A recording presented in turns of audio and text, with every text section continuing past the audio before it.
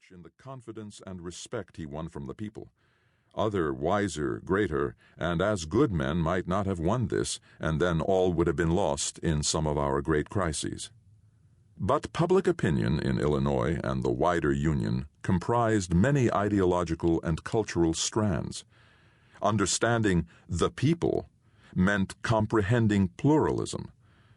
A common theme in what historians have written about Lincoln is the skill with which he made himself attractive, or at least indispensable, to a broad range of conservative, moderate, and radical elements within, successively, the Whig Party, the antebellum Republican coalition, and the wartime Union.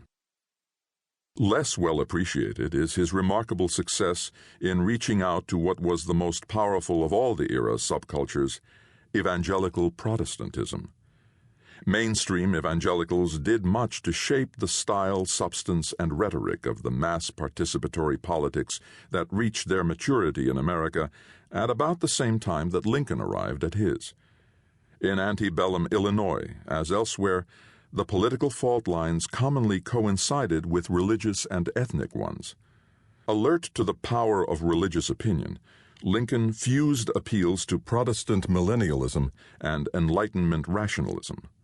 The orthodox Protestantism, which underpinned the ethical stance of Republicans and much of the wartime Union coalition, and which flourished in New England and its Yankee diaspora, was not Lincoln's religious faith. But he shrewdly harnessed the power of the most politically influential and energetic members of that constituency, both to win the presidency and to rally support behind his national vision and the war's purposes. Half of this study addresses Lincoln's pre-presidential career. The first chapter explores the roots of Lincoln's political ambition, examining his early life, the sources of his ideas, his alienation from the land, his seizing of the opportunities offered by the emerging market economy, and his evolution by 1840 into a leading Illinois Whig.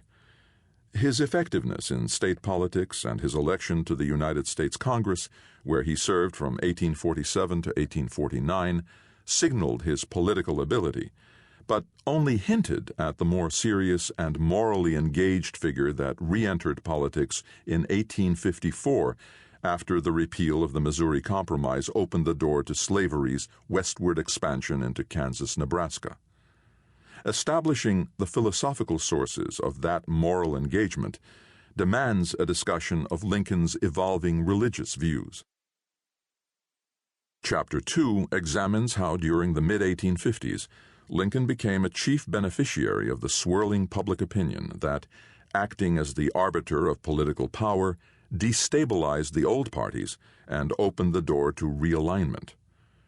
Through several seasons of public speaking, Lincoln's steady advocacy of an anti-slavery argument did much to shape public sentiment and to effect the displacement of the Whigs by a broader-based Republican Party that aspired to national power. Within the mix of ideological, ethnic, and religious loyalties amongst Illinois voters, Yankee influence came to preponderate through the decade. In his debates in 1858 with his great rival, United States Senator Stephen A. Douglas, Lincoln earnestly sought to harness anti-slavery religious sensibilities, not only in the Yankee-dominated settlements, but as widely as possible across the state, and showed his grasp of the dynamics of the emergent mass democracy that made America politically unique. 2 years after Lincoln's narrow defeat at Douglas's hands, the power of a crusading party unlocked the door of the presidency. In the interplay of the elements shaping Lincoln's antebellum career, it was the operations of party which did most to bring about his remarkable political ascent in 1860. Chapter 3 shows how his winning the presidential nomination demanded the confidence of a Republican organization whose national leadership had several other names from which to choose. Once Lincoln had been selected, his reaching office was almost completely dependent upon his party's exertions. Party organizations were essential to effective campaigning, their controls over patronage providing the necessary levers of discipline and unity. The chapter examines the posture of a party that